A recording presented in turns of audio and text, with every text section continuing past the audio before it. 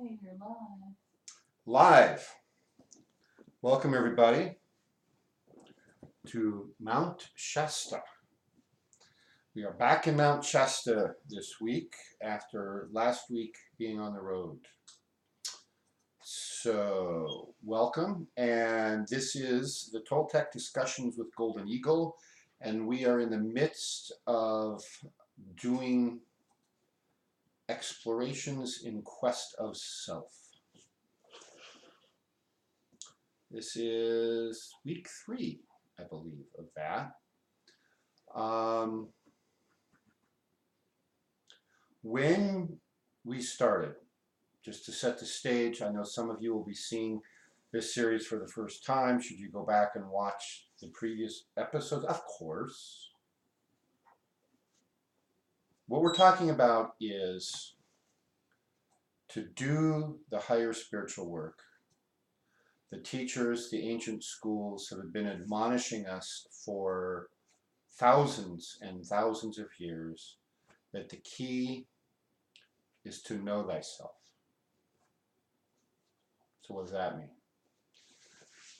And they also say the key is going inward. So what they're describing is the makeup of human consciousness. And you have to know how yours works and how it interfaces with the larger consciousness of the universe. The descriptions of how to do that come through start sounding amazingly similar in different cultures around the world. And they even have the same names of this map that is created to the universe and to our mind and consciousness. And the name that is most frequently given all over the world is the Tree of Life. At least here in modern Western culture, Europe, United States, and a number of other areas, the most common example or reference to the Tree of Life is the Hebrew version, the Kabbalistic Tree of Life. That's not the only one, however. And no matter which of these models you look at, the language can be obscure. So one of the things that I found helpful over the years is comparing them. Wow, they call it the Tree of Life. The Celts call it the Tree of Life. The Aborigines call it the Tree of Life. Who are we talking about today? Oh, the Norse call it the Tree of Life in Scandinavia. And so we're going to be looking today at the Norse version of the Tree of Life, which is called Yggdrasil. We'll get to the name in a minute. Keep in mind as we have this conversation that this isn't just the stories about the creation of the universe and the structure of the universe and our world. This is also stories about the structure of your own consciousness, your mind. And I encourage you then to take this information and use it. Use the model for all this that works the best for you. So let's start with the name. The name of the Norse Tree of Life is called Yggdrasil. And the name stands for, is believed, the most common story where we get the name, is that it's named after Odin's horse. Odin, one of the chief gods, his horse was named Ygr. Y-G-G-R is the English language spelling. And Drasil means horse. And Ygr means the terrible one. And apparently that was the name of Odin's horse, and so we named the Tree of Life after it. The Tree of Life in the Norse model is said to be a giant ash tree, and its roots and branches connect the 9 worlds. There are 9 worlds discussed in Norse cosmology. And so that's what we're going to talk about, the basic structure. Now, being a long-time student of the Tree of Life in both the Kabbalic versions and much less time, but I've read a lot of the Norse mythology over the last 15 years, off and on. I thought, oh yeah, I'll just sit down and I'll do this nice little one-to-one correspondence mapping, and if there's anything I can't figure out, I'll just go check Aleister Crowley's great book, 777, which has correspondence tables for everything. Well, the best laid plans of mice and men sometimes come to naught. I started with my great little Norse mythology book. This one is by Kevin Crossley-Holland. So I know you can't see that picture, but that just proves I really have a book. And I started finding some inconsistencies or things that it doesn't discuss. So then I did further research. And the more research I did, the more confused it gets, because there turns out to be no universal agreement on the exact structure of the Tree of Life and which worlds connect where. And this is disconcerting. So I went to Crowley. And of all the systems Crowley cataloged, and I just went through this book today, the Norse system is the one about which he has the least information. And through all my other methods, I had already uncovered way more information than Crowley has in his book. So it's like, okay, back to the drawing board. So what I've done is, all I've done is several things you don't need to know about, but I'm going to be presenting the basic information and the basic structure and function of the trees, and where there's a few things up in the air, I'm going to probably have to come back to some of the detailed cosmology of the formation of the universe later, because there's some gray areas. And you know, I read 6 different sources and got 6 different versions, no 2 of which matched. So even the Norse don't agree on this. So hey, I'm part Norse. I thought it would be easy, right? So Yggdrasil. Let's go to the this beautiful artist's rendition. Is this visible now in this position? Everybody see that okay? The 9 worlds are divided in most of the cosmologies and most of the artwork into 3 layers, which I've tried to draw on with these big circles. So the upper world, a middle world, and a lower world. And the 9 worlds, the 3 worlds in the upper world are Vanaheim, and I'll give you more information about these in a moment, Asgard, and one called Alfheim. What I need is I need a pointer. I don't have my laser pointer tonight. Wasn't ready for that. In the middle world, we have, again, this is the most common descriptions. We have Midgard, which literally means Middle Earth. We have Jotunheim. We have Svartalheim. And we have Muspelheim. And the middle world is said to be surrounded at its rim by a giant serpent eating its tail. That's what I've very carefully and dutifully drawn right here. And then the lower world consists of 2 of the worlds, Hel or Helheim and Niflheim.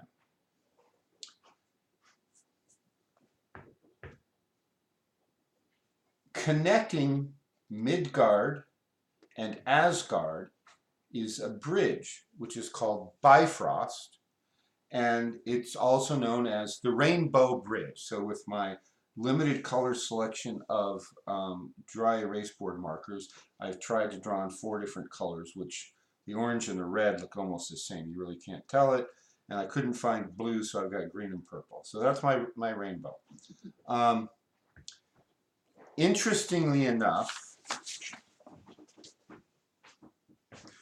down here on the Hebrew tree of life, we have Malkuth, which represents the physical world, and 3 paths leading up to the lower triad. And the initials in the Hebrew language of these 3 paths form the letters for the word rainbow. So right away, we're starting to see some correlations between the Norse tree of life and the Kabbalistic tree of life. What I've got here is this is the base of the trunk of the tree. I couldn't get it all on here and show what I wanted to see. So imagine now the tree going up from there. And the tree consists of 3 great roots. The Kabbalistic tree of life consists of 3 great pillars. Starting to see some correlation? The first root connects into the world of Asgard and grows out of a spring called Erd, and that's what nourishes the middle root of Yggdrasil. The second root comes over and connects into the world known as Jotunheim and connects to a spring called Mimer's Spring. And then the last root goes down and connects into Niflheim to a spring which is, oh, I didn't write it down. It's Helvelger. I don't speak Norwegian, and it shows.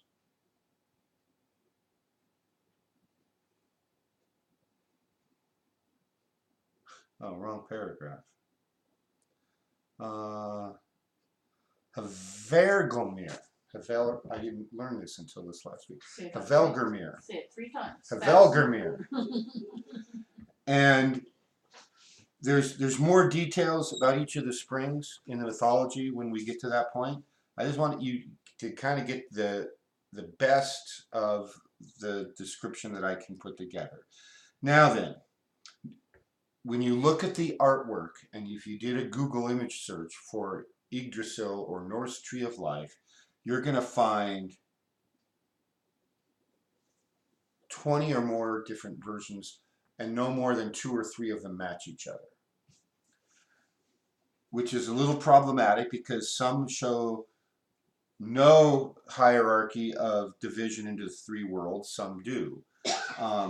Some show the worlds hanging off the branches, which is interesting when they're all connected by roots. So there's no universal agreement in this structure the way there is in the Kabbalistic version. So one of the things I want to talk about is the 2 worlds, Muspelheim and Niflheim. These are considered the primordial worlds, and they were there before any of the rest of this. Niflheim is the ice world, and Muspelheim is the fire world, inhabited by ice giants and fire giants, respectively. And they were separated at that time in the olden days by a gorge or a canyon, and I don't see the name of it. And so we had a chasm that separates fire from ice. So right away, the first thing that happened in the creation of the universe in this mythology is you have the 2 polarities. So in the Norse, or in the tree of life, the Kabbalistic tree of life, you have Kether, and then it separates into Hokmah and Bina, which is masculine and feminine. So the stories are starting to sound very similar, just different language. The cold world is said to be located in the north and the fire world in the south. And with you living in Scandinavia, you go north, it gets colder, you go south, it gets hotter. So you can see that you can deduce a lot about where a story came from by the descriptions of what's where. Question. Well, just a comment that some of these legends are referring back to the end of the ice age or the during that cataclysm, and at that time there actually were live active volcanoes in that area, so they did have literally Mm. volcanic fire, and then this ice, so their world was pretty extremely separated between those two Yeah, phenomena.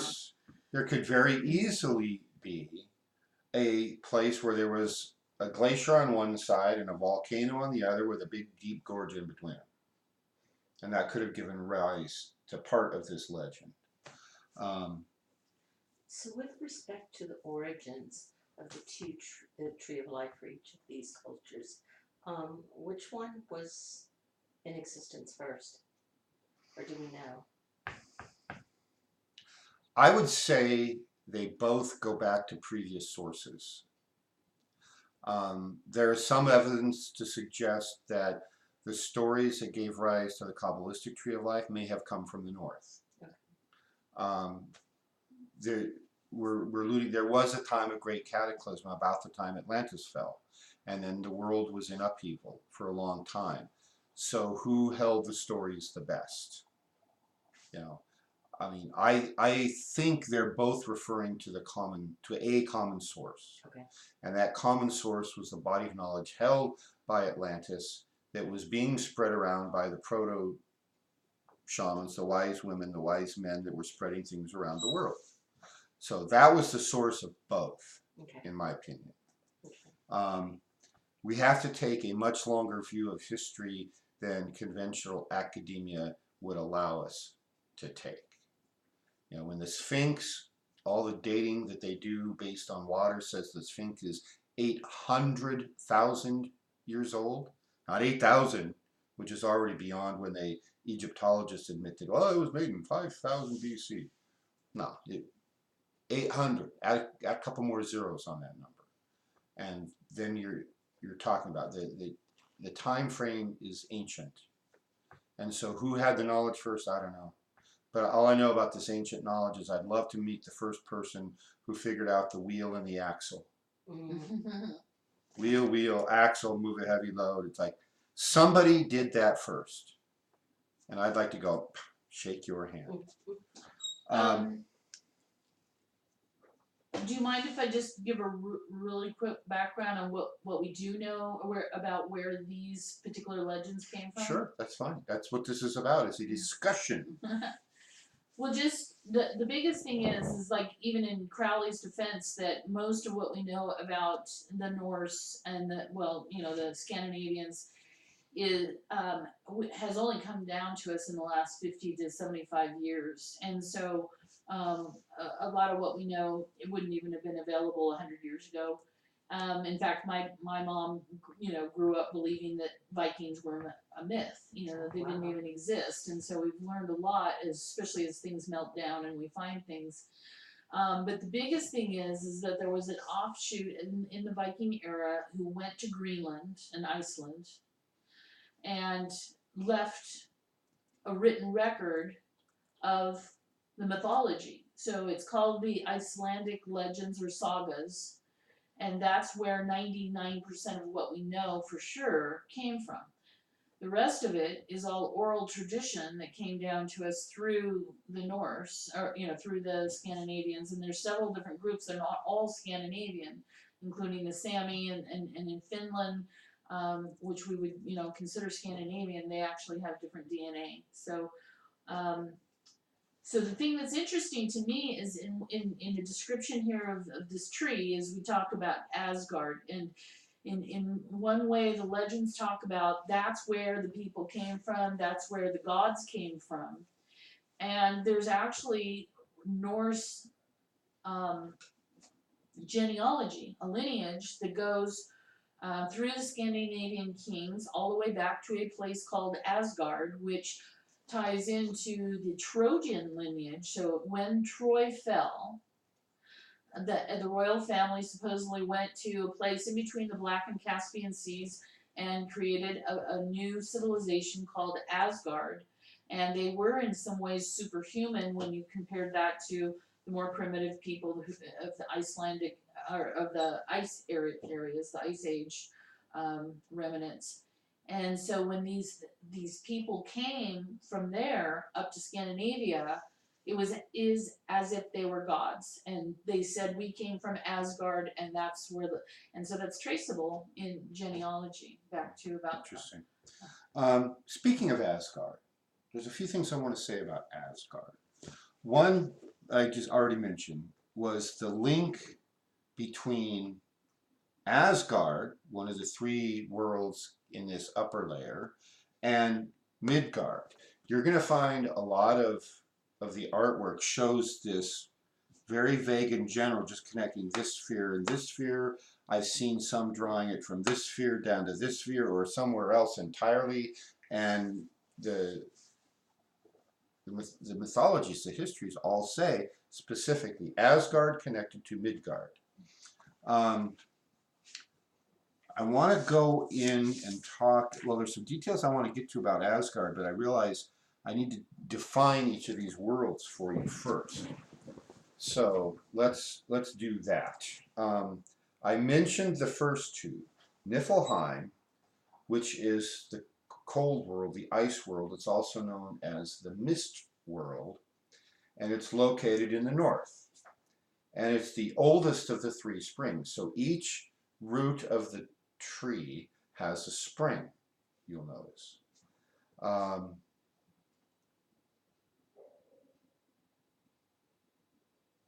There was a set of rivers. The original rivers came from the spring in Niflheim, which is the one I can't pronounce,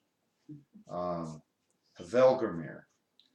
And those rivers are called Elevagar, and it means the ice waves. And they were said to have existed at the beginning of the world, and that then provided nourishment and life to everything else. Muspelheim is the land of fire. It's located in the south, as I said. It's full of lava and fire and sparks and soot. And it's home of the fire giants and the fire demons. And it's ruled by a giant named Surtur. And at the end of the world, and the battle at the end of the world is known as Ragnarok, he's going to have a flaming sword in his hand and attack Asgard and turning it into a flaming inferno. So watch out for Surtur. If you see him coming, get your garden hose out.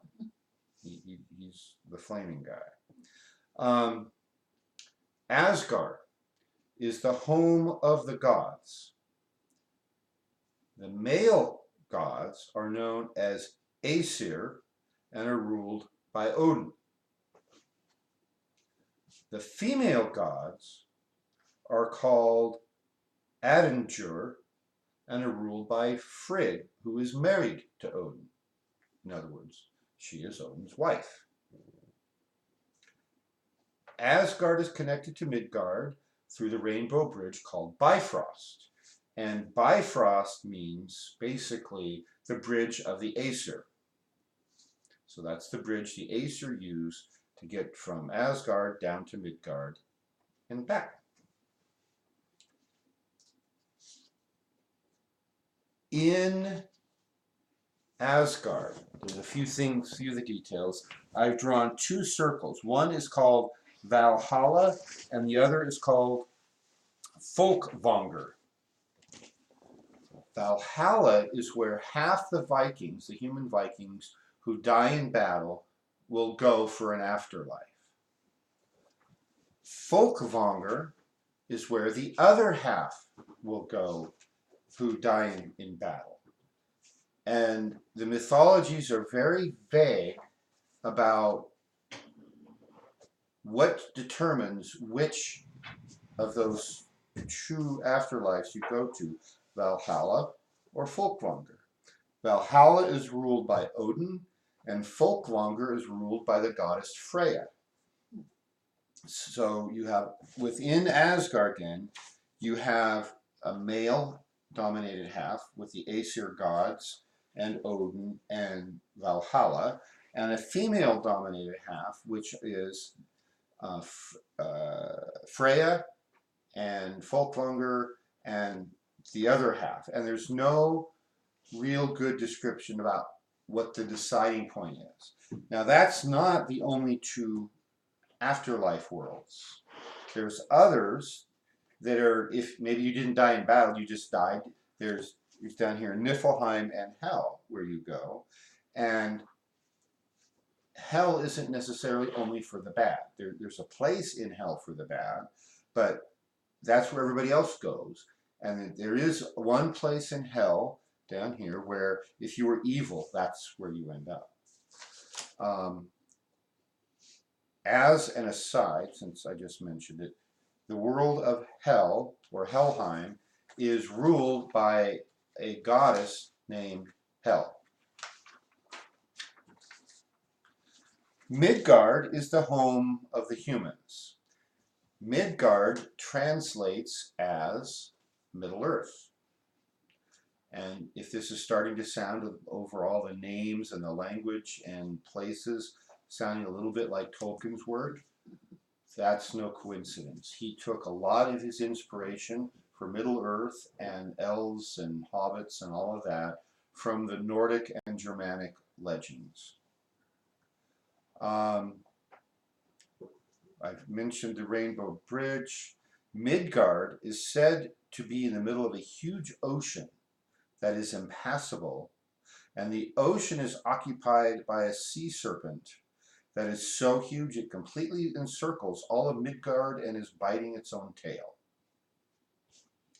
Odin, along with two brothers, so three of them, called Ve and Vili, are the ones who created humans. Men were created out of an ash log, and Yggdrasil is said to be an ash tree, and women were created from an elm log. So when you look at the traditions of the Kabbalistic tree of life, which comes from the Judeo-Christian traditions, men were created from the earth, and women were created from a rib out of men. So an ash tree or an elm log, you know, it's all pertaining to using something from the earth to create humans. Since you brought up the biblical analogy, going back to the rivers associated with the three roots, after the fall and they're kicked out of the garden, it talks about and the tree of life has been guarded now, but there's three rivers that come out of that. Now they name those in that tradition after I think the Tigris, Euphrates, and there's one other, Sidon or something like that. Sidon.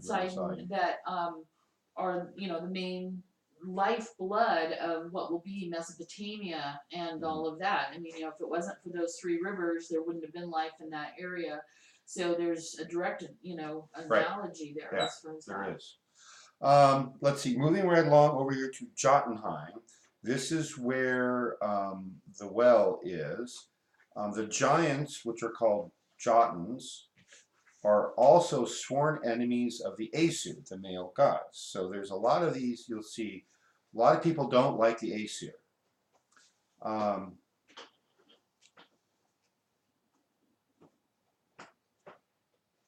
lost my place. Jotunheim consists primarily of like a rocky wilderness and dense forests, and it's on the outermost shores of the oceans. There is no fertile land in Jotunheim, And so the giants subsist primarily on fish that they catch.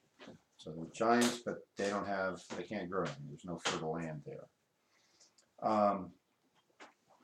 Interestingly enough, the giants don't like the Aesir, and so the giants and the Aesir are usually fighting. But apparently, not all the time. Because they pause usually fighting long enough to have a few love affairs that produce offspring from time to time. Odin, Thor, and several of the other Aesir have had lovers among the giants and produced offspring. And that's where Loki came from.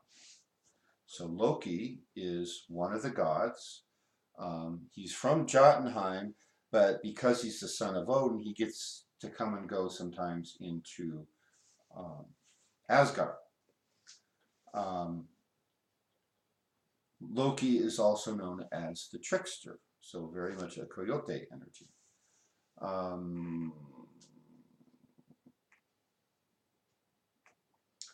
Jotunheim is said to be separated from Asgard by a river known as the Ving, which never freezes over. And in Jotunheim, there's a stronghold way up in the mountains that's so huge it can barely be seen from the rest of Jotunheim, where the very feared king known as Utgard Loki lives. And apparently that's not the same as Loki, son of Odin, by a giantess. And so Utgard and Jotunheim are synonyms for the same place. Utgard is that big stronghold on the mountains, but it sometimes is used. You'll see literature referring to the whole world. And when I went and I researched this over the last week or so, I found all kinds of different maps for this world. And some of them, when they put the 9 things, they'll have Jotunheim, and then they have Utgard, and then they're missing 1 or 2 of the others. So you'll see that a lot. So that's what, when I thought, oh, let me go get the picture, right? And it's like, well, which 1 or 2 dozen do you want? And they're all different. Okay, Vanaheim. Not Vanna White, Vanaheim. Is home of the Vanir, which are the old gods. And they are said to be the masters of sorcery and magic and have the ability to predict the future. No one really knows where Vanaheim is located or what it looks like.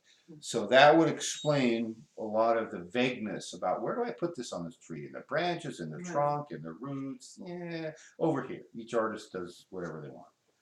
Now, if you happen to have read Tolkien, and if not, why not?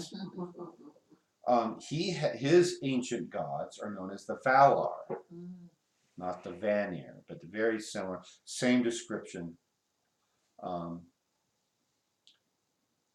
There was at one time a war between the Aesir and the Vanir.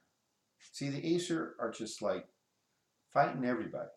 And doesn't it make more sense though if they're a more godlike people, but they're actually a superior race or whatever that came from this place, Asgard, that there would be this warring amongst, them. Yeah.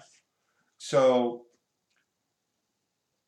at the end of the war, there were 3 Vanir who came to live in Asgard. And it doesn't say why.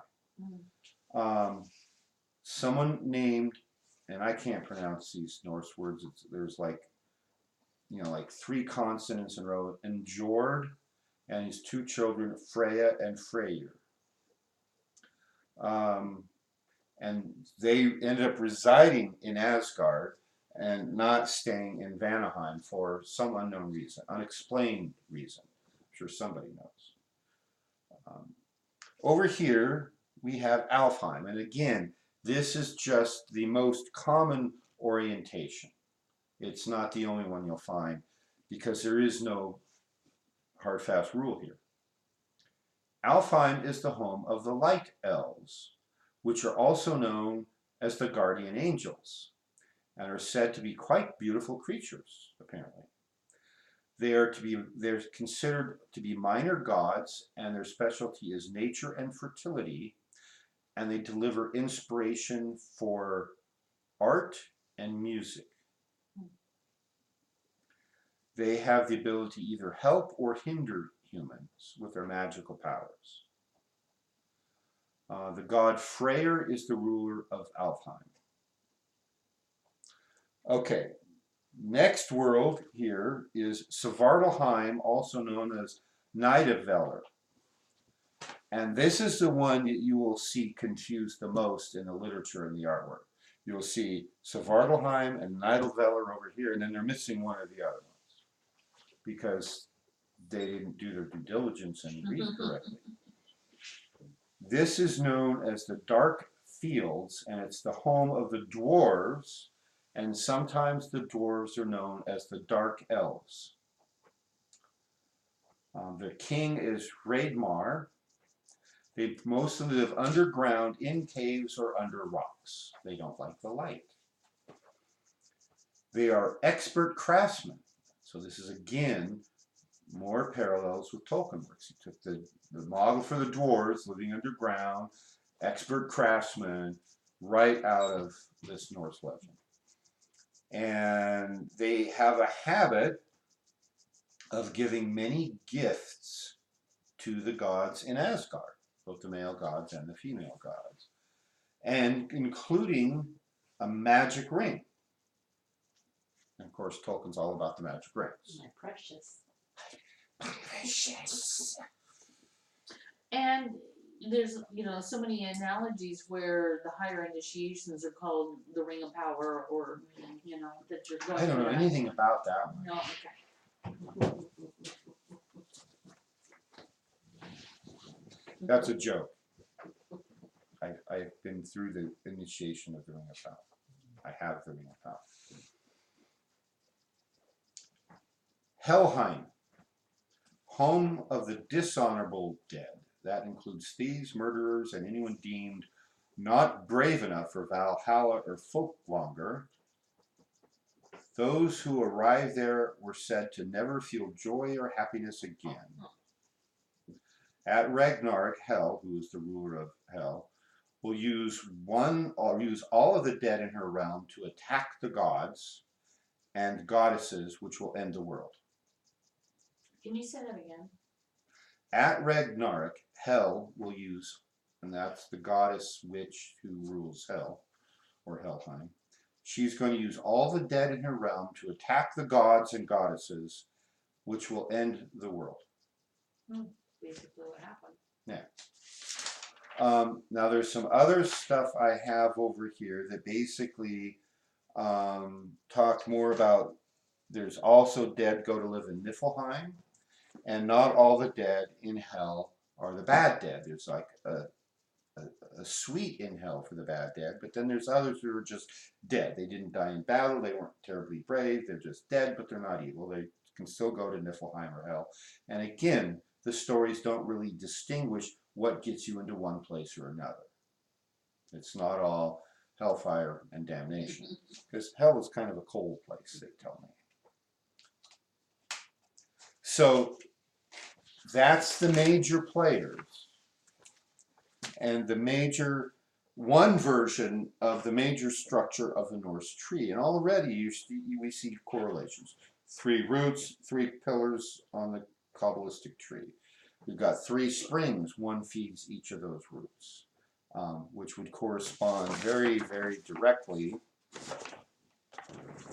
which I hope you can see a little bit of this, to the 3 sephira at the top of each of the columns. So the 3 springs then could be said to correlate to, Kether, Hokma, and Binah. And I'm starting to realize then, okay, so Asgard, at first it was my goal to do a 1-to-1 correlation between the 9 worlds and the 10 Sephiroth, and okay, what's missing? Is it Malkuth? Well, no, that's pretty much the description of Midgard. So what's missing? And then I was going to just split Asgard into three because you've got the male part, you got the female part, and then you got the rest of it. And it's like, well, that didn't seem right either. So I think what's happened is in a lot of mythologies, in the Greek mythologies and several of the others, there was the original gods, and then the new gods came in and supplanted them and replaced them. So Niflheim and Muspelheim were the original two worlds. That they were the source. They kind of still exist somewhere, but then the rest of the seven worlds came in on top of that. And I'm still going through the mythology to see, who did what. A lot of, well, this guy went over here and worked out and his sweat ran down and created this, and that sounds very much like the dew running and the fluids running through the tree of life, right? So I've got to go back and do more research. It wasn't as easy as I thought to get this right. Question. Even with the Kabbalah tree of life, what's come down to us is a compilation of a lot of different ideas and theories. And when you go back and look at the original artwork, which really is pretty recent, it's not that old. You see a lot of missing parts and discrepancies Right. and different things. And one thing is it seems like on one hand we're trying to fit this into a chronological potential, evolution timeline, versus the flow of creation up and down the tree of life. And so in that way, a lot of these renderings that you're looking at really aren't that old. They're artists' conceptions. They're not necessarily the way the Norse would have laid it out. It's just somebody, oh, okay, well, there's this, and oh, don't. And then if in fact some of this is more of this chronological history, the way things come down to us, is the idea that I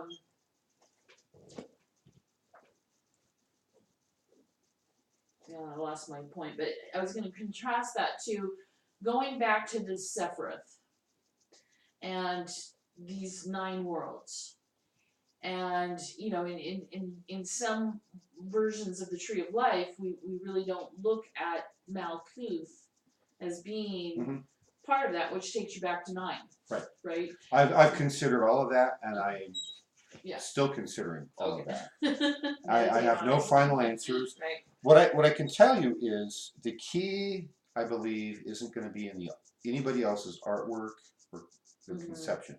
The key is going to be in the mythological stories, because that's going to start to correlate more with the hero's journey, which is going to walk you through the 22 paths, the major arcana, right? And the 4 worlds we talked about last week, right? Asaya, Bria, Absolute, and whatnot. I'm looking for signs of that in here, and it's not obvious. But some of it is a one-to-one correlation. The 3 pillars, the 3 roots, the rainbow bridge leading from Earth up to the heavens. So basically, Asgard, from that model, you could say Asgard is everything above Malkuth. Or you could say Asgard is the lower triad, maybe. When you look at the behavior of the Norse gods, there's a lot of fighting. Yeah. Okay, the purpose of the lower triad is to balance your emotions and to bring them under your conscious control and place the control under higher. You can't go higher up the Kabbalistic tree until you do that, right? That's the first path, the path of the world or the universe that leads from Malkuth up to Yesod. One of the negative attributes of that path or that card is the out of control emotions. So that lower triad, your job is to bring your emotions under control. And the Thor movies, which I've lost track of, I watched the first 2 Thor movies, and then they just boomed and they started interfacing and they started mixing and matching all the different comic books. I thought, okay, I'm done. I can't. watch 14 movies a week just to keep up. But the original two were extremely powerful. In the first Thor movie, Thor, who is the son of Odin, was scheduled to receive his coronation, or is like his next bump up, and he was all proud of this. And right then, the ice giant dark elves, somebody attacked in a cloaked vessel, and there was a big war, and he was told by Odin, don't go down to that other world and retaliate. And of course, in his wisdom, Thor and a bunch of other people do exactly that. And Odin gets in trouble. He gets in trouble with Odin, who strips his powers, throws him down to Earth, but he's lost his powers. He has to prove himself in Midgard, on Earth, on his own merits before he gets his power back and he gets his Thor's hammer back. And then the whole movie is about, the first one is about him bringing his emotions under control and recognizing and acknowledging that higher authority.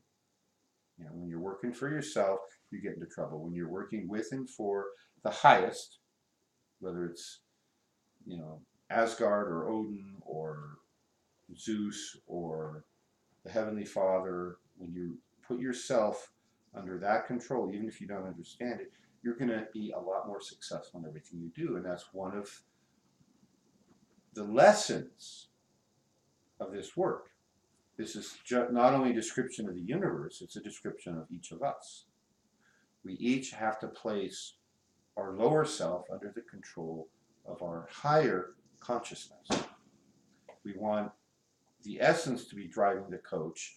We don't want the horse to be driving the coach. That's our physical body. We don't want the coachman, which is our ego, to be making all the decisions. We want the guy inside who has no direct control over the horse or the coachman other than a one-way sending of messages. Go here, go there, do this, do that, right?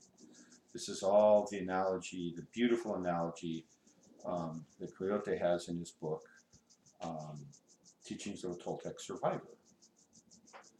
And it's a great way to look at it. So ultimately, the coach, the horse, the driver, and the passenger are all aspects of us. And in terms of these tree of life analogies, we're down here in Midgard, but we're told there's higher states of consciousness. And that there was something before that. So this is, again, an example in Toltec terms of all of this is the tonal. And there was something else before, and that's the nawal. Right? So the Bifrost, and it's kind of weird, it's described as the flaming Bifrost bridge. It has the word frost in it, so we think cold, but no, that just means the bridge of the Aesir is what it refers to. It's how it's translated. And they show it like a mechanical, technological energy beam in the Thor movies, right? And the guard turns it on, extends the bridge, down you go, right? It's like an elevator or the Stargate in the movie The Stargate. Oh, wow. You step in and just boom, and you go for the ride and you just boom, you out pop on the other end. It's that kind of depiction. And all of the Aesir or the female gods have the ability to just activate it from wherever they are. If they're in Midgard, they can activate it to go back up. If they're in Asgard and want to go to Midgard, they can activate it and it goes down. Unless you have your powers stripped by Odin. And then you're just down. And of course, from that part of the story and the mythology, that's very much like the analogy of us being down here in this physical world, in these bodies, where we have these vague recollections that there's something else, we've been somewhere else, we've had these other lives, we've been at these higher planes, and we got something to do, but we don't have all the powers yet. So we've got to go around, and it's So that's why EJ uses the video game analogies, right? He does the gaming because you train yourself. I'm going to go around here. I'm going to collect all this stuff, and here's a power, here's a tool, here's a weapon, here's a key, and then you go to the next level, and then you got to learn that level. Well, this got me to this level, but I can't use it on this level, so you got to drop it. What? Because you can only take X amount with you. So the combination of us and the gods, whether you use this analogy or whether you use the Kabbalistic tree of life analogy, it's telling you clearly that there is links between all the worlds.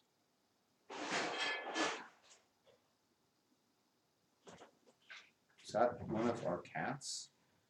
I don't know, it sounds like something might have fallen inside of the cupboard. Oh. That was interesting. Yeah.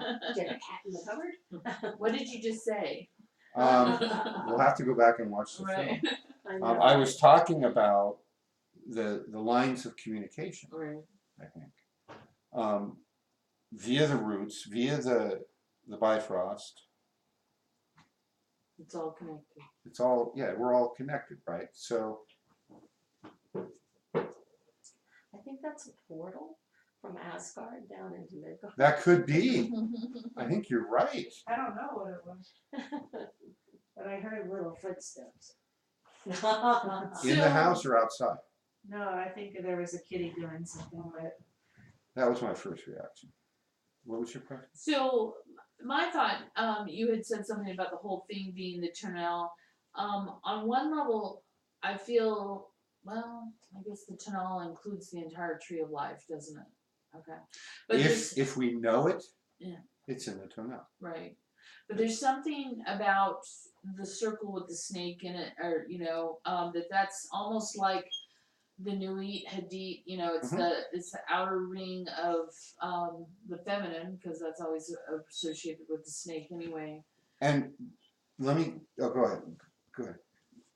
The way I've drawn this here probably isn't correct because it's said to encircle Midgard, not all these other worlds. And I couldn't find my blue. I couldn't draw the ocean that's supposed to surround Midgard. And you will see that part done better in some of the other drawings. But I was A, artistically challenged, B, in a hurry, and C, deprived of some of my pens. And where is Yvonne when you need her? Right. Exactly. So it's a map of consciousness. One of the first things I would encourage everybody to do is spend some time meditating with each of these worlds.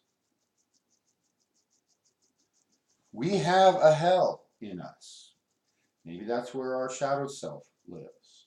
We have the Niflheim. We have that dark, cold, original, feminine place. We have a Muspelheim, that hot, fiery, original, masculine place that then created everything else.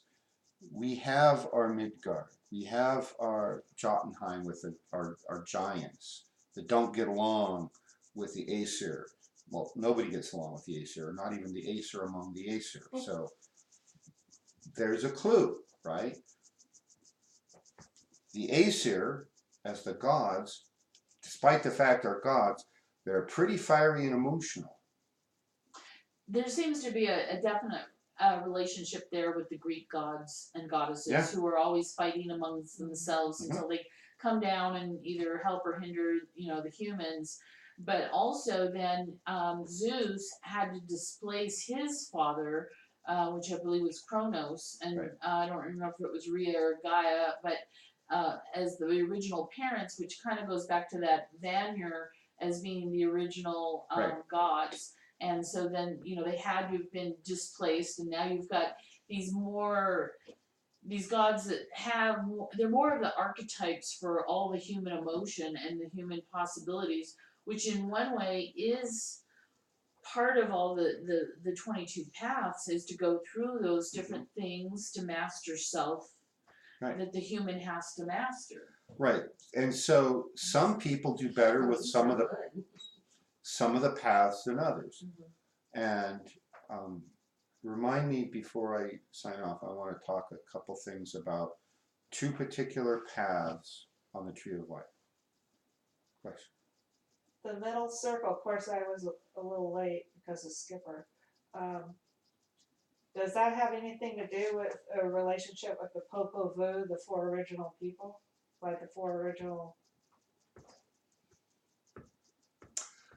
Probably not the way I've drawn it here, because in retrospect, I haven't drawn it entirely correctly. And possibly, I read the Popol Vuh, that part of it, what, 2-3 months ago. It's not real fresh, and then I went into all that other stuff, so it's not real fresh in my mind. You've just read it. Well, I'm reading it again, but the thing is, let's say the snake circle encompasses, you know, different levels of human life on Earth plane, right? In that case, it could represent in more of a chronological order these four different worlds, because when you start cross comparing all of the mythologies, you know, there's, and especially the Native American, or here in America, Central America, South America, it's very clear. Okay, there was this original group, and they failed. They didn't, you know, speak the names of the gods and appreciate the fact that the gods have been created them. So there's systematically these first three worlds that just get annihilated, and the end of the fourth world is always a flood. So that takes us back, if we're into our real timeline of Atlantis and the floods that happened after that destruction, that this is the current world that we're living in, but there's been these other worlds that have been here before, and that very well could correspond with the elves and the dwarves And the and giants. Giants. And Yeah, even the big, in the fourth creation of humankind in the Popol Vuh, it was the humans are made out of wood. Yeah, right. There you go. there you go. Okay. And All right, we did it! Yay! so this is worth watching again, all you out there in Internet TV land. Do we have anybody watching out there in Internet TV land? Well, we only have a few that cop to it. There's 5 watching. We have William, William, Hello. Very well. Mohadib, Wadid, Hello. and Maria. Hi, Maria. Maria. Okay. So that's 2 unknowns. If one of you is Liv, We love you, Liv. love you, Liv. Wish you'd sign in and chat with us. It could be George too. It could be George too, although he usually signs in.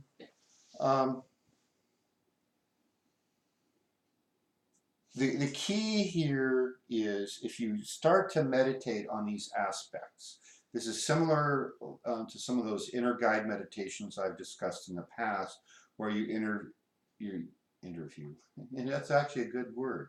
You interview each of the archetypes inside you, and you meditate and you have a conversation with them. You get to know them, how that you can help each other. What do they need? What do you need from them? How do you help the overall thing? Is start by talking with each of these worlds and the rulers or gods that reside there. Because this is a map of us. We each have our hell. We each have our hot fiery part. We each have our giants. We each have our dwarves. We have the connections to the oldest gods. We have the new warring gods and the light elves, which are the angels. We have our angels to meditate with. So use whichever of these cosmologies and languages and maps works the best for you. And if you're like me, you're going to find out that you don't only use one map all the time and ignore all the others. There's certain times where it just feels right. You know, when I was seeing clients, people, how do you know when to use nutrition, and how do you know when to use herbs and acupuncture or energy or whatever? And it's like, you just know. You've got to get comfortable enough that you trust your own intuition, and you'll know. So you'll know which model to use. You know, this is a good as the best example of the tower card as you can imagine, which of course is the path of pay. It connects Hod to Nitzak, and that's the where your world is completely destroyed and destructed. And you know, of course, the tower is being shown overthrown and lightning bolts and everything's falling apart, right? Because you have to tear down the old in order to build the new. Because keep in mind, this is all inside you. You can't use the old, not even down to the foundation. You got to start over to build something that can go higher. And it's the tower analogy, because until you do that, you can't go up, right? So you've got to have your new foundation. You got to build your new tower, and that's the path that causes the most problems from that point of view. And so if this description, So what's the corresponding, like, tower path here? The Rainbow Bridge, right? Well, you got to get over the Rainbow Bridge, but Thank you. I'm trying to remember one of the mythological stories. There is a story about tearing in the Norse myth. It's probably in that book right there, about tearing down and rebuilding a castle and a wall. And so it's going to be more of the stories rather than pointing to it on a structure. Okay. That yeah, you have to tear this down and you've got to build that up. So, on the Tree of Life, though, that area that you were just talking about down there with Hod and Nitzak,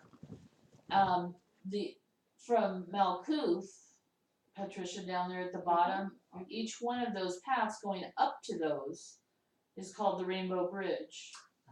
See, the initials for the did I say that before she? No, you said it earlier. I was just pointing it out in relationship to her question. These Hebrew letters form the three consonants of the Hebrew word for rainbow. Okay. So to get from Malkuth, the physical world, up the tree, you've got to take the Rainbow Bridge. So that's the really obvious analogy of the connection between Midgard and Asgard, where the gods are. You've got to take the Rainbow Bridge. And that's why I correlate Asgard not with Kether and the upper triad now. After further review and pondering, I'm correlating Asgard with the lower triad, the astral triad. Because then above that, you've got your warring gods, which clearly are not the upper triad. It's going to be these, it's that center area where you're going through and working, like the devil path is in there. There's several different, fear-based things that you've got to learn about yourself before, and that's what all those human emotions are. There's a really good book by Jean Shenandoah Boleyn that's called Gods in Every Man and Goddesses in Every Woman, where it's like one of those personality books where you take a little test and you figure out, well, which god am I, But what it's really saying is that, the idea of the Greek gods and all of the problems that they have to do with being related to a specific type of personality or archetype. So think about Zeus, your corporate executive who's the philanderer, having all these extramarital affairs and things like that. Orange hair? Yeah. So anyway, so it's a really good book for that, because you realize that ultimately all of those exist within you, and you have to balance those different archetypes within yourself. So that's really kind of the work that you're doing once you get up to that next level. Yeah. So interesting that you brought up the devil path and all that scary stuff, because that's what I wanted to talk about. Is that the two things you want? That's the two things. So when you you start in Malkuth and you go up to Yesod and Hod, Yesod, Hod, and Nitzak, They start sounding the same at some Yeah. point. Using the rainbow bridge, and let's say you've got your emotions under control. The next step up is Tiferet, the Christ consciousness. And this is just a preview of kind of where we're going next week, where I'm going to be talking heavily about the triads and possibly some of the thing. I'm not going one by one through the Sephiroth yet, and I'm not going to go one by one through the paths yet. The 22 paths will be last. I want to get all the other structure in place. But to get from here to here, you have to remember that three-dimensionally, these three Sephiroth, this triad is linked. You have to have all of these. You have to Hod and Nitzak balanced in order to really fully activate Yesod. So yes, you go to Yesod first, and then here, as we retrace the path of the flaming sword, or the path of creation, which you'll get a description of next week. But so this is really all one. But then to get up here to Tiferet, which represents that Christ consciousness in you, first we had to come over here and balance emotions, and then the path of Pei, the tower card path, that's where your life is totally disrupted. This is the chrysalis becoming a butterfly, right? Everything breaks down, everything old gets thrown out, it allows the new to develop. That's the part that scares most people on this higher work off if they don't understand it, and if their teachers don't understand it. So when people come to me and say, upside down, backwards, falling over, towers falling apart, and I go, cool, that's great. Because you point, it's like, that didn't serve, that didn't serve, that didn't serve, and they go, oh, yeah, you're right. So to get up here to the Christ consciousness, this is the path. I can't read my writing upside down. This my little card that I made didn't have a very successful trip. Everything else about my road trip was successful, but this got mangled a bit. This is the path of temperance, the card, the samek, or the prop, that's the support in the Kabbalah version. And it goes right in between. Okay, you've got your core emotions down, but now you have to face your fear. And the path of the devil on this side and the path of death on this side are the paths you have to kind of pass between. So you can't get to Christ consciousness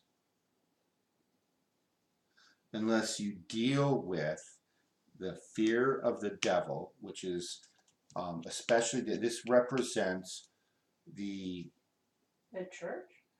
no, Whatever. no. It represents toxic masculinity. Oh. This is one of the most potent paths for the male sexual force. And in its unbalanced state, it is that force out of control. And the image associated with that is like the Baphomet image, which is unfortunate. It's actually based on the male god Poseidon, who was a living, breathing, walking, talking god in Atlantis, and the Atlantean crown used the horns of a bull. So a bearded guy with two horns and trident was their equivalent of a scepter. And so that image existed. It's carved on rocks in like especially the Iberian Peninsula, which is Spain and Portugal, and up into the Pyrenees Mountains. And that's what the Roman Catholic Church seized on to create the fear of the devil. And it so far predates Christianity and Judaism that it is so ancient that the notion that that was devil worship is just ridiculous. But it's got been morphed and used and twisted. So we have a fear culturally based on a lot of things in our psyche. We have the fear that we're going to repeat the Atlantean experiment and have it all go bad. That image is associated with the king of Atlantis. We all have that in the human collective consciousness. So it was an easy tweak when the church decided to call the ancient images of the Atlantean king the devil. How many thousands or tens of thousands of people have been burned at the stake over those images or something like it or related to it? Well, and didn't they get the whole image of hell and everything from these Norse legends Yes. too, and the idea of Hades? You know, there's a definite cross-reference between that and some of the Norse gods as well. And the river Styx. Right, and this other river that you had to cross that separates. Right. And Exactly. Dante's Inferno too. Oh, Right. yeah. Well, that was all based. That came much later. That was much later. And then on the other side, you have the path of death. So we all have that fear of death for several reasons. One is it's part of the biological imperative. Our human biological machines don't want to die. We have that drive to live innate in the machine, independent of the essence, which is the animating force, which wants to fulfill its true will, our purpose. And a certain percentage of our fear of death is not so much fear of death as it is fear of not completing what we came here to do. And some of it is actual fear of death because that's part of our biological machine's will to survive. You look at nature and it's laid out that way. So predators and prey are always going at it. The predator is trying to survive and the prey is trying to kill. And the predators who aren't strong enough to catch prey and kill, they get weeded out of the gene pool. The prey animals who aren't fast enough to get away, smart enough to get away, powerful enough, they get weeded out. And so that cycle, we're constantly trying to up spiral. It's that, just like the Cold War, right? Well, I have a plane that could go Mach 2.2.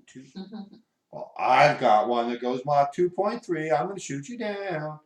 And up and up and up we go. That's what that biological imperative is designed for. Was there a question? I had two comments, you know, or let's say epiphany observations. So, you know, I've heard Coyote talk about the fact that when people who are psychic are applying their abilities to the tree of life, that most of them are only going up to Yesod, that's, you know, that lower astral, that's the dream world, that so basically we're only just pinging stuff up off that lower atmosphere, and that so that most of us that are doing, you know, something with metaphysical abilities are really only working in that lower triad.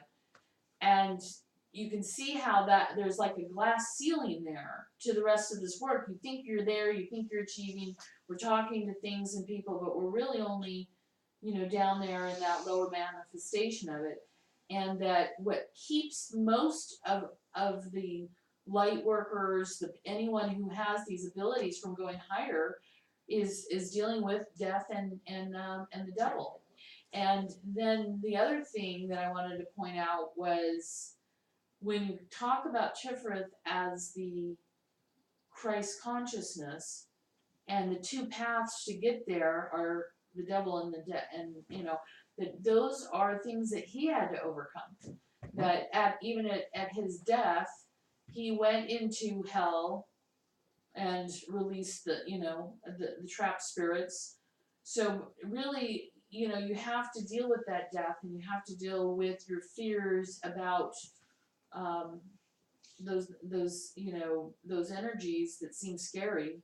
Yeah. Well, So when So he did was, he who? Christ. Release trapped spirits? Yeah, it's in the And- Bible that after his resurrection, he went into the depths of hell and opened, or he after his conquered the depths of hell. yeah, during the 3 days before Oh, he right, was during the days, resurrected, right. he went into hell and he released this. He had the keys to release trapped So is spirits. that in a certain version of the Bible? I don't ever remember Oh, reading there's a that lot in of King versions of James. the Bible. I'm not sure. Well, we can talk about that I would be offline. interested. Yeah. Okay, cool. So at the beginning of his ministry, he was on this path. That's when the 40 days in the desert, he had to get that emotion under control. He had to confront both the external force and the internal force that resonates with that. Because as above, so below, as below, so above. There's an outside force from the dark side that resonates with a corresponding part of us, and that's the part that can be swayed and twisted if we don't place it under our control. So he had to get that under the control before he ever started doing anything else. You don't get that one under control, and then this circuit of energy, right? That's on the way down to turn around and then go back up. So then the death, he did it literally because he was here to prove a point and to do a lot of things. For us, this is often referred to as the death of the ego. We have to die the little death before we can allow something else to come out. So I'm really feeling a deep connection with the placement of these major arcana and where it's going. You know, part of the thing about the devil is our own, when we confront our own fears and the limitations we placed within ourselves and on ourselves. Mhm. And it's that journey to let that go, to release ourselves from it, release ourselves from that which no longer serves us, because we hang on to so many things. That's part of it, okay? There is an outside dark force just like there's an outside light. And we have that in here. This is the macrocosm and the microcosm. So the devil path is, we have a part of us that could be twisted. He was tempted. Christ was tempted. Mm-hmm. And if he hadn't placed that part of him that resonates with that under control, then he would have failed in his mission. But that would have been him also releasing that which didn't serve him. No, Yeah. I would Into disagree with those that. I would not describe it that way. There's a lot of language. Yeah, we have to leave the baggage behind, but this is at a different level than baggage, which is more down here.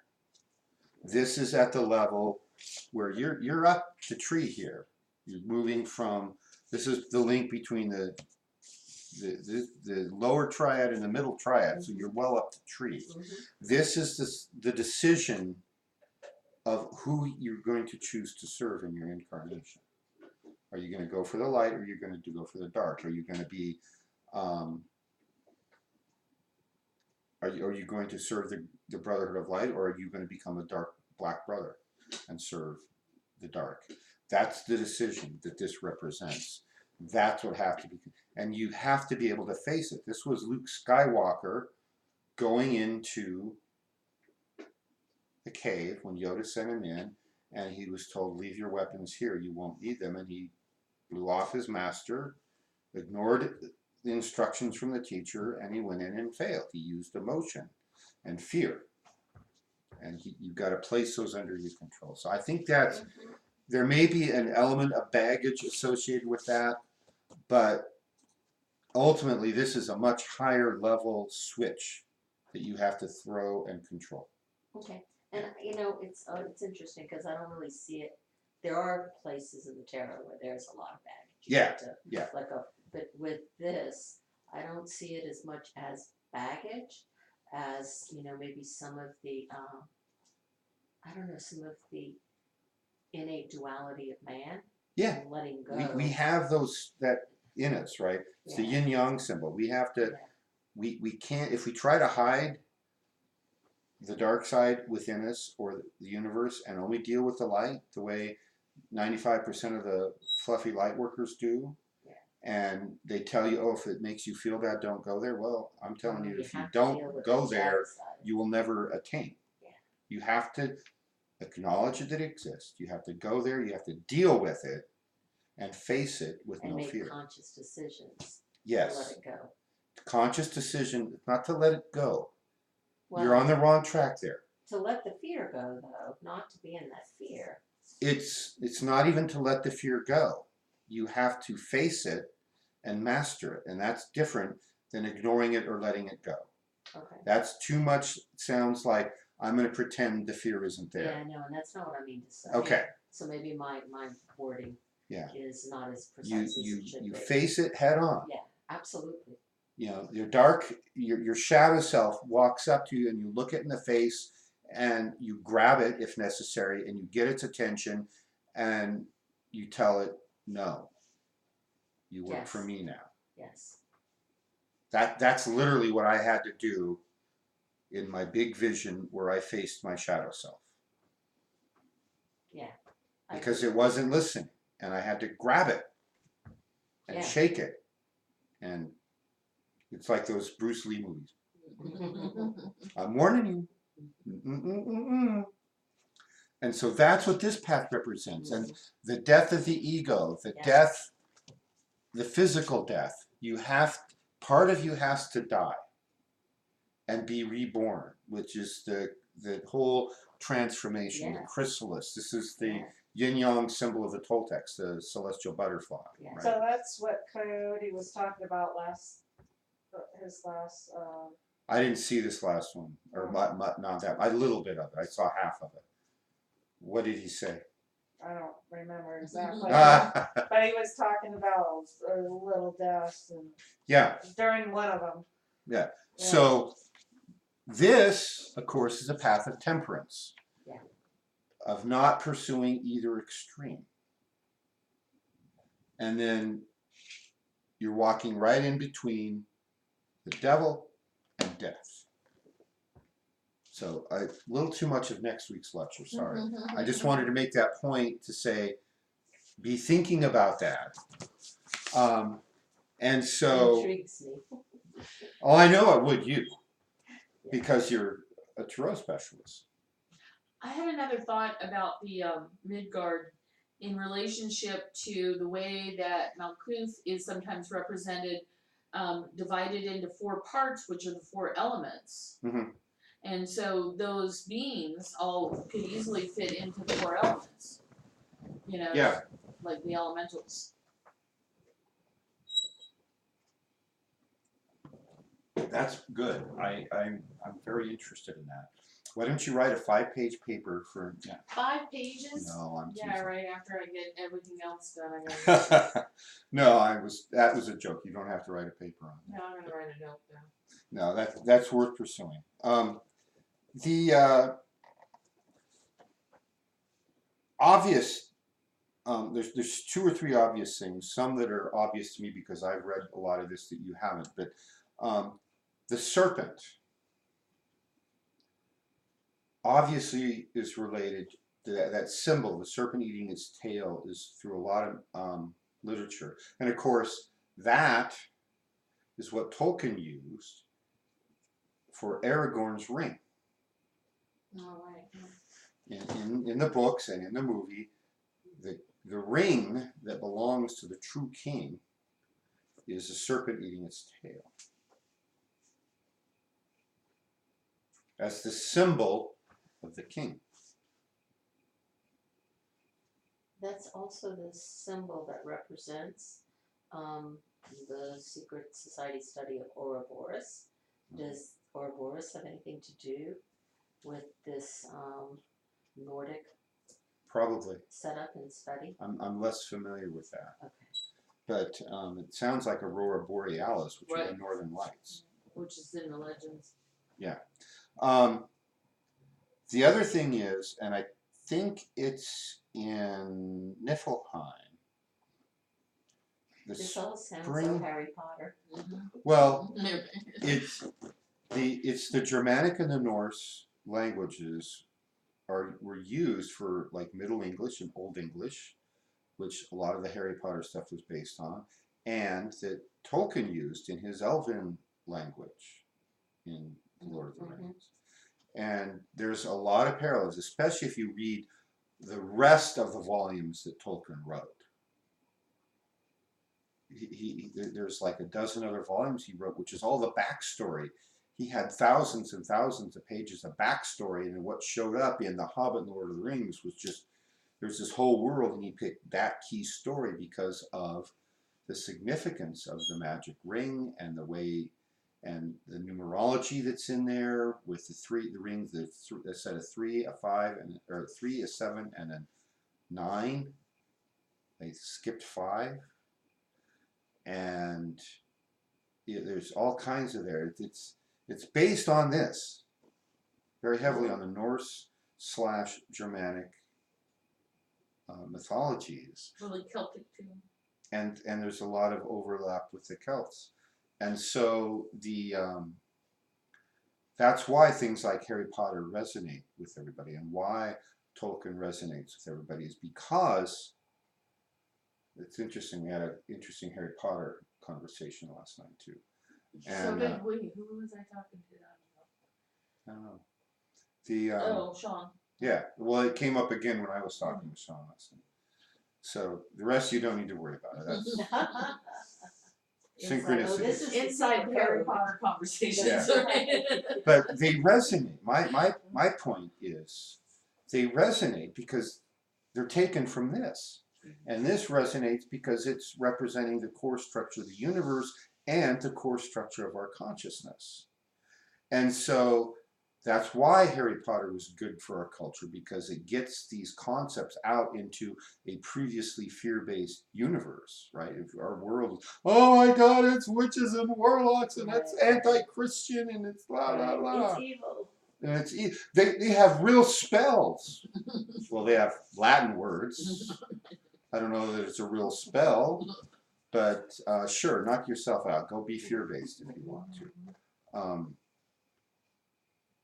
It resonates with us. So we all have this structure within us. Oh, the other thing I want to mention is Niflheim, guarding the spring, is a dragon, and it's chewing on one of the roots, right? And it sucks the blood of the dead that come down here. And the dragon, it's the analogy with that core fundamental force of nature. Right? So there's a lot more detail in here that can be had. And when I started doing this research, I was actually shocked at how little I was able to find comparing the two systems. I think that's why I took this on as kind of one of my projects here is, and I'm going to have to come back to it, I realize there's just too much that's not known and nobody's sat down and laid it all out. So of course that's what I will take on. Books coming. Yeah. There wasn't a correspondence table for the runes? Oh. I didn't see one. Because I didn't look for one. That's probably where I bet. correspondence is. I bet. Yeah. If Crowley didn't have it, I'm sure it's been done. How many rune stones? There's 22? Yeah, well, I don't remember. I don't There's know. there's several different systems. Some recognize like the empty rune, and you know, Yeah. so there is, you know. Well, if not recognizing the empty rune, it'd be like a math system that doesn't recognize 0. Which means it'll probably lay really well over the tree of life. Yeah. Oh, yeah. I just in case she goes to bed, I wanted to mention that Serenity says hi. Hi, Serenity. Hi, Serenity. And she says, thank you for the Akadua. And I said, you're welcome, sweetheart. It is a special gift and to use it well in your life. And she says, I'm very happy. And then she says she loves dolphin energy. Dolphin energy. Yay. All right. I have this thing with all the cetaceans, the dolphins, the porpoises, and especially the whales. I got some stories I can tell. Any other comments or questions from our online audience? No, Dennis came in. Oh, hi, Dennis. We hope to see you Saturday. I got your text. I think I responded, but I don't remember. I was traveling. And Yeah, I talked to him. Can I ask a dragon question? Please. I guess either in this system or just in an overarching system, what's the relationship between humans and dragons?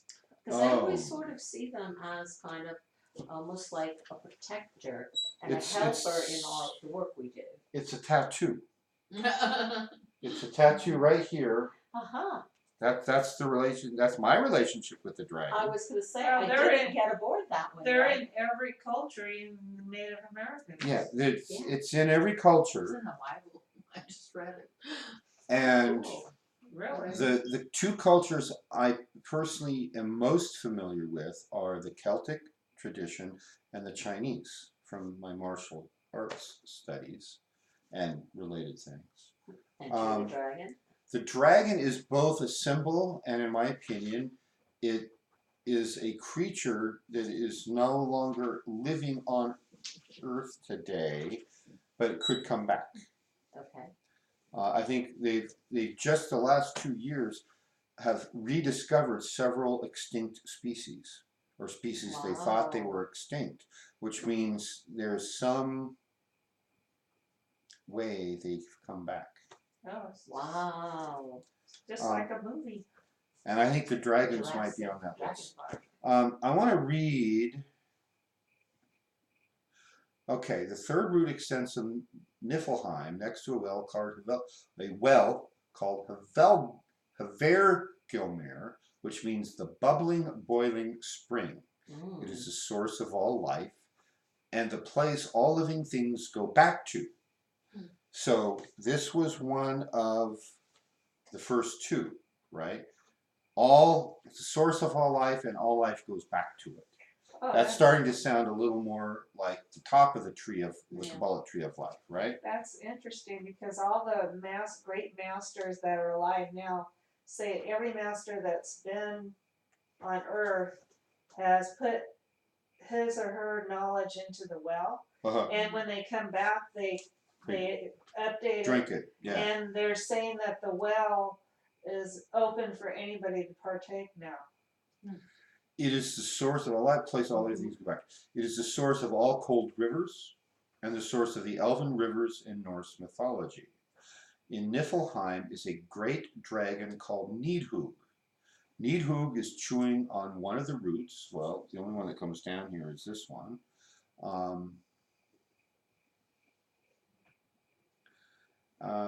Chewing on one of the roots is known to suck the blood out of the dead bodies that arrive in hell. One of the tasks performed by Nidhugg is to protect the spring. The dragon in the Celtic mythology, and really the Chinese, is representative of the life force of nature. So within each human, that's the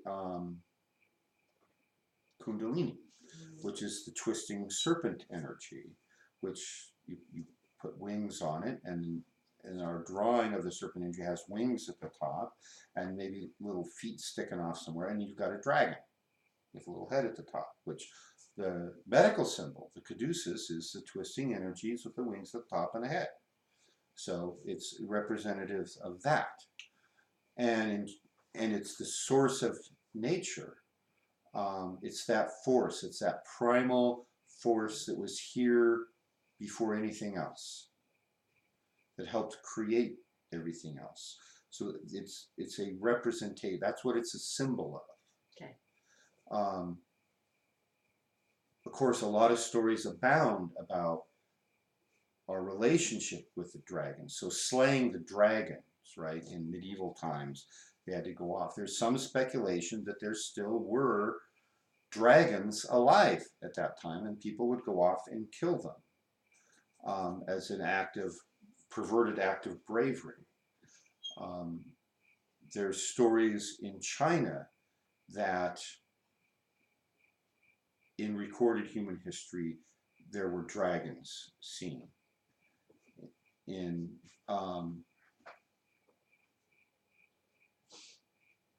trying to remember I don't remember the dynasty, but there's these stories that, of training them. There's a lot of science fiction fantasy novels that talk about taming the dragons, riding the dragons. Even in the movie Avatar, they're pterodactyl-like beasts. You know, the dinosaurs could be, you know, they could be the pterodactyls from that. Yvonne. Didn't the first king of China ride the dragon up to another world, and there was 4 different dragons? Then he got knowledge or whatnot, and he was gone for a while. Then he came back on the dragon. Yeah, there's something about it. I haven't read the Chinese mythology in so long. Yeah. It's 20 years or more. Yeah, there. But I did read it once Yeah. upon. That sounds familiar. Yeah. Question. There is an overarching mythology regarding dragons that they're protecting something precious. So jewels, you know, or an egg or a pool of water, they're protecting something. Right. So they're not always, and so they're a guardian of that space or that thing, not necessarily benevolent to all those who want that thing. So you have to kind of go through them, and there's usually a taming process or, you know, some kind of a, you know, a gentle getting to know each other type of thing. But I think Kuan Yin's husband was a sea serpent, and there was a pearl involved where, you know, it was protecting the pearl, and so there is this male-female balance a lot of time represented with the serpents. And the other thing I wanted to mention, not to jump ahead, because I think you're going to talk a little bit about the Celtic Tree of Life. Yeah, at a later. Right. So in the lower world of the Celtic Tree of Life, there's 3 worlds basically.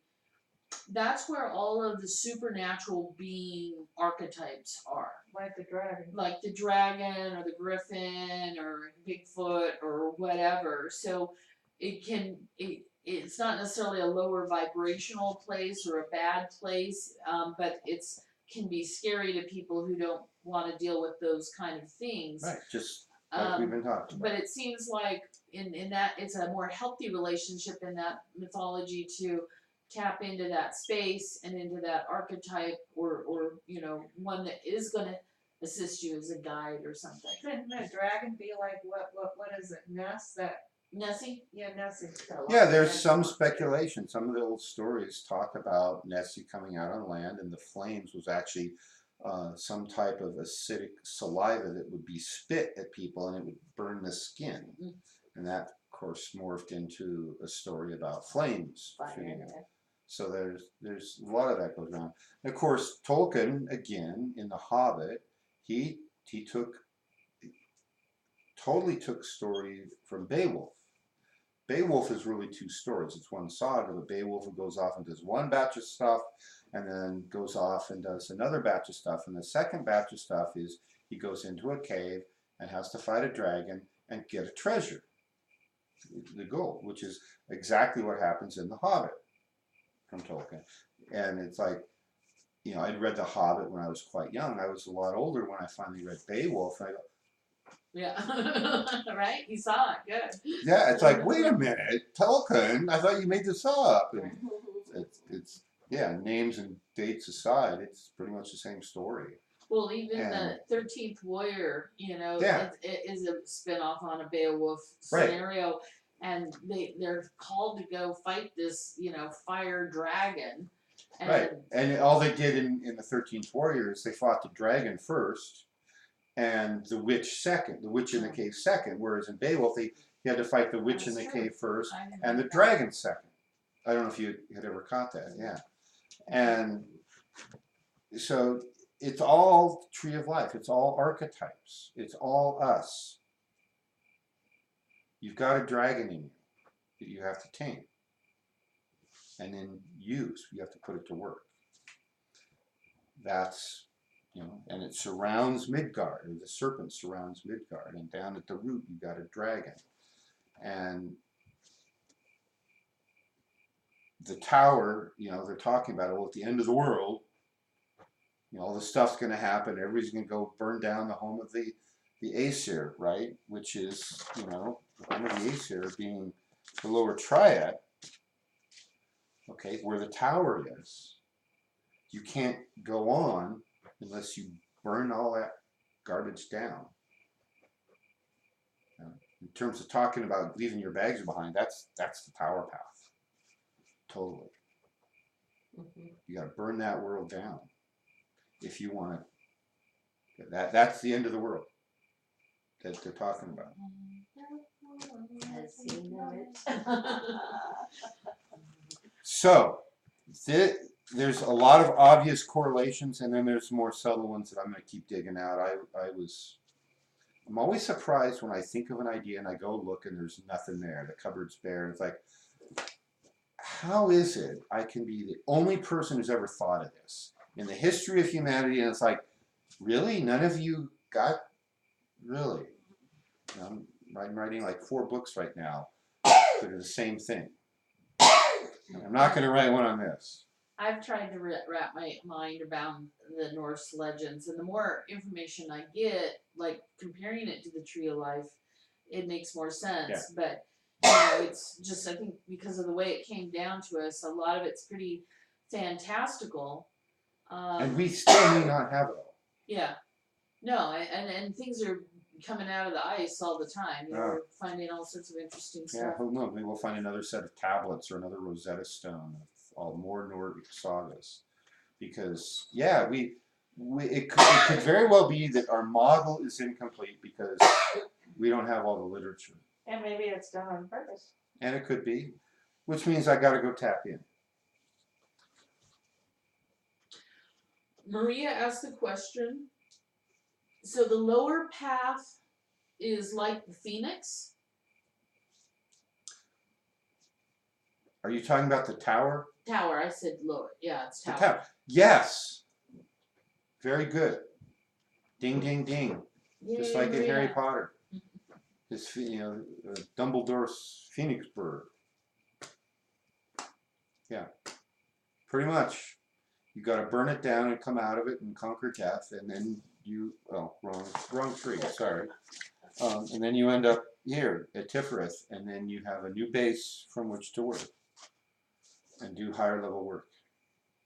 I just had one other observation about the Nordic tree, is that there's definitely some correspondences to the Tibetan Book of the Dead, or the ABD. Mm-hmm.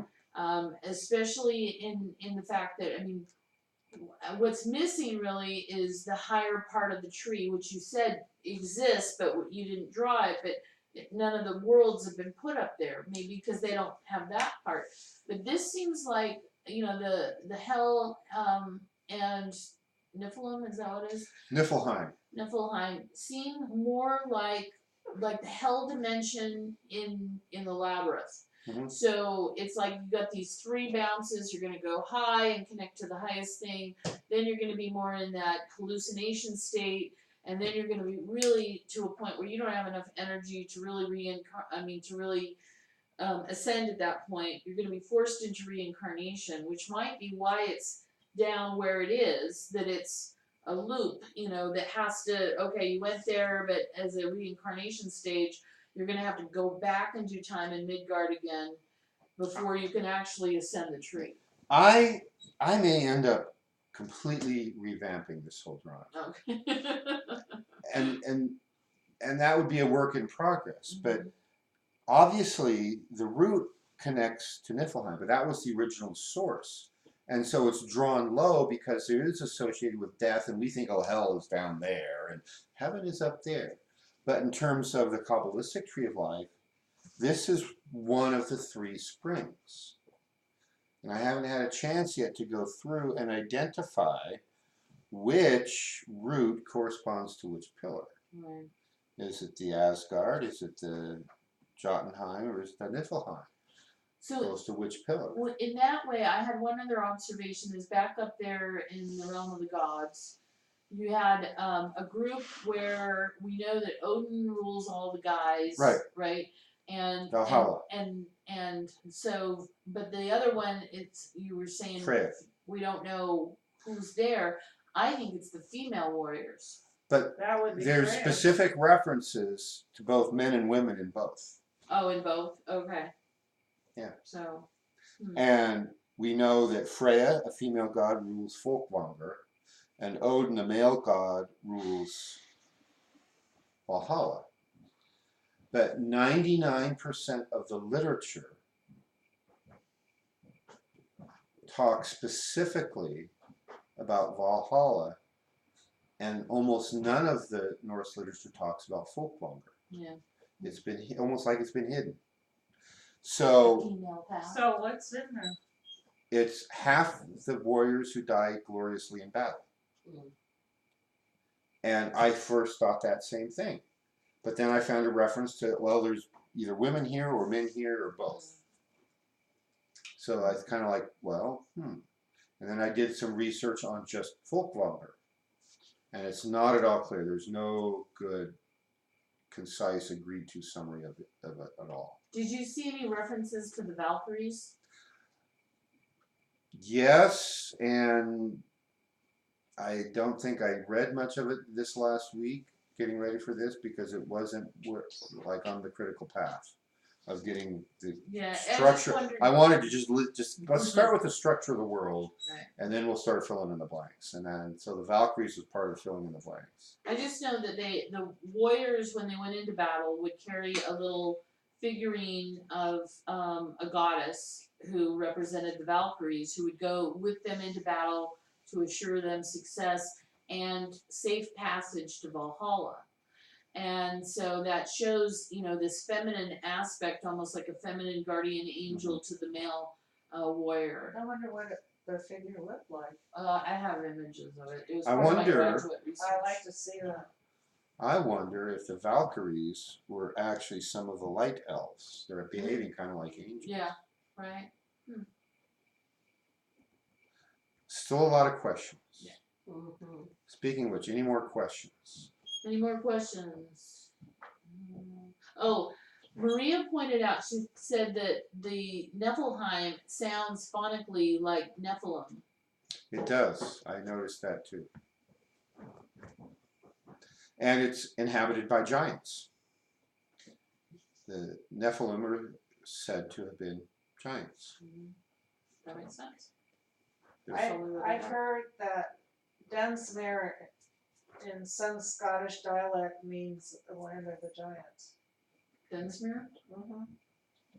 Dun usually means fort, It can also mean black. black.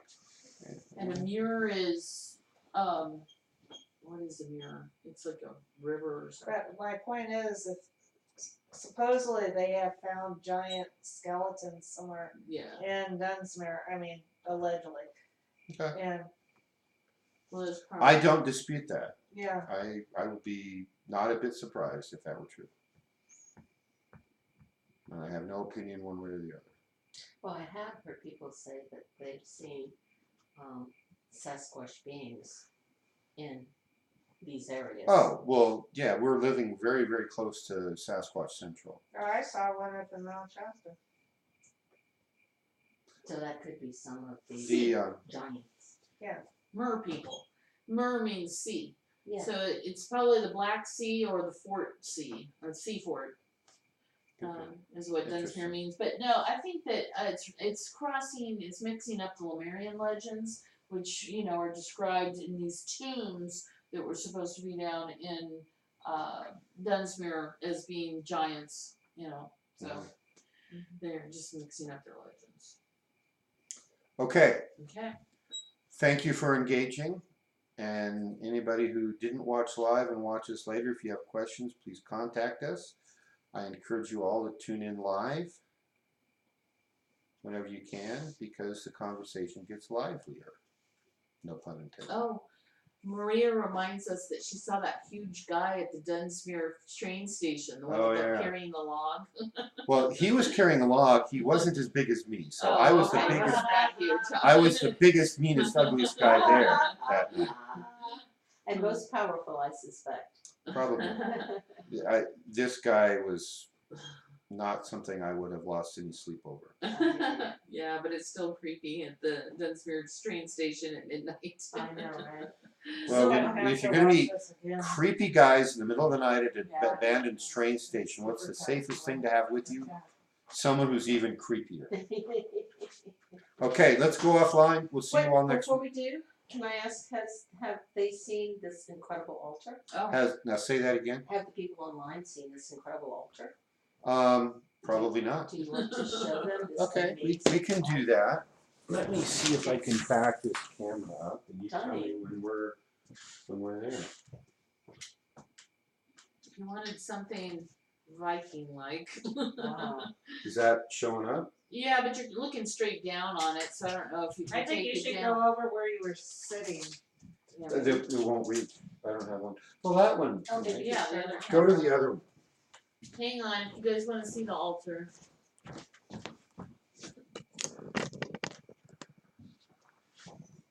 Talk about a power altar. This is a set of antlers from the elk that Arlen's father How's that? took a few years ago. Yeah, well, it was good until you did that. There, that looks good. Wow. So, So yeah. you brought that back with you. Yeah, I Very did, nice. this trip. Yeah. Very nice. It's gonna get mounted up in there. So that's our altar tonight. Viking. I got my deer horn knife. I've got my elk horn. I've got my That goblet's the phenomenal too. the drinking horn mug. We got fire and ice. This is representing ice, and this is fire. So yeah, there we go. All right, now let's go offline. Alright, good night, everybody.